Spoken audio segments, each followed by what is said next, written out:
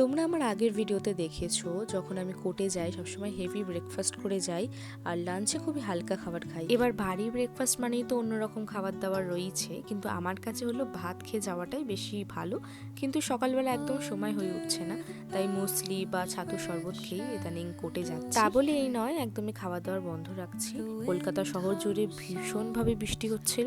ইদানিং কিছুদিন আগেই হয়তো হাইকোর্টের ব্রিগেডের সামনে একটা বড় গাছ ভেঙে পড়েছিল, তো সেই ফুটেজ তো তোমাদের দেখাতে পারবো না, কারণ সেই সময় আমি হাইকোর্টের ভেতরেই ছিলাম।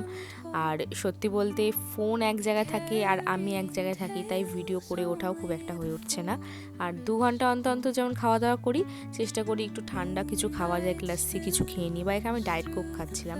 আর তারপরে হুড়মুড় করে যে বৃষ্টি শুরু হলো, এখান থেকে বাড়ি যাওয়াটাও একটা বড় সড়ো গ্যাপ বলতে পারো। আর আমার বাড়ি থেকে হাইকোর্ট প্রায় অনেকটাই দূরে, বলতে পারো বাস বা মেট্রো এরম করেই যাওয়া যেতে পারে। আমি যখন বাড়ি ফিরি তখন সন্ধ্যেবেলার টিফিন খাওয়ার টাইমটাও অনেকটা পেরিয়ে যায়, প্রায় রাত বলতে পারো 8:30 9টা বাজ বেজে যায়, আর অনেক সময় 10টাও বেজে গেছিলো। তো আমি রাত্রিবেলা ডিনারটা একটু হালকা করে রাখি আর মাকে বলি এক তরকারি দিয়েই ভাত দিও। তাও মা এখানে পেঁপে সেদ্ধ দিয়েছিল আর এখানে মাংসের ঝোল হয়েছিল, তার সাথে ভাতও খেয়েছিলাম। সো এরকমভাবেই আমার দিনগুলো কাটছে। দেখা যাচ্ছে নেক্সট ব্লগে খুব তাড়াতাড়ি।